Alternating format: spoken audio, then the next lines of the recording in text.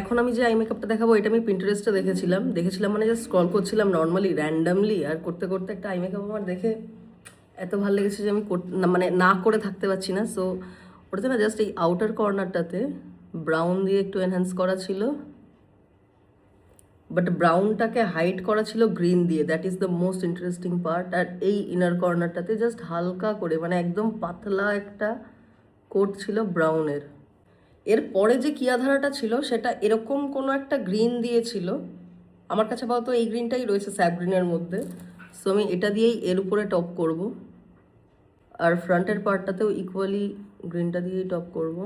এরকম একটা terracotta brown দিয়ে জাস্ট এই পার্টটাকে জয়েন করা ছিল লাইটলি। সব থেকে ইন্টারেস্টিং পার্ট হলো এরকম একটা শিমারের কালার দিয়ে মিডল পার্টটাকে এনহ্যান্স করা। উ নাও শুরুতেই এই পার্টটা আর এই পার্টটাতে যে ব্রাউনটা দিয়েছিলাম সেই ব্রাউনটা দিয়ে লোয়ার ল্যাশ লাইনের আউটার কর্নারটা আর ইনার কর্নারটাকে এনহ্যান্স করা আছে। দেন ওই গ্রিনটা দিয়েই এটাকে লেয়ার করা আছে পুরোটাতে। নাও এই শিমারটা দিয়েই মিডলের পার্টটুকুকে হাইলাইট করো। টাইট লাইনটাতেই কাজল লাগাচ্ছি।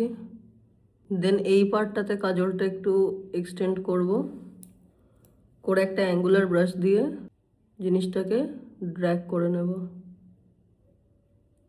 ইকুয়ালি এই পার্টটাতেও হালকা করে স্মাচ করব। লোয়ার ল্যাশ ব্যান্ডে কোল পড়া আছে হচ্ছে মাঝখানের পার্টটুকুকে বাদ দিয়ে। দেন ল্যাশটা কার্ল করে নিয়ে আমি একটু মাস্কারা লাগিয়ে নিচ্ছি। নাও পুদ্দুসা এরকম একটা ল্যাশ লাগাবো, আমার ফুল ল্যাশ লাগাতে ভালো লাগে না। So I typically like the colour combination, তো আমি ভাবলাম যে এটা তোমাদের সাথে শেয়ার করি, তোমাদেরও হেল্প হবে। So hope this video helps you a lot.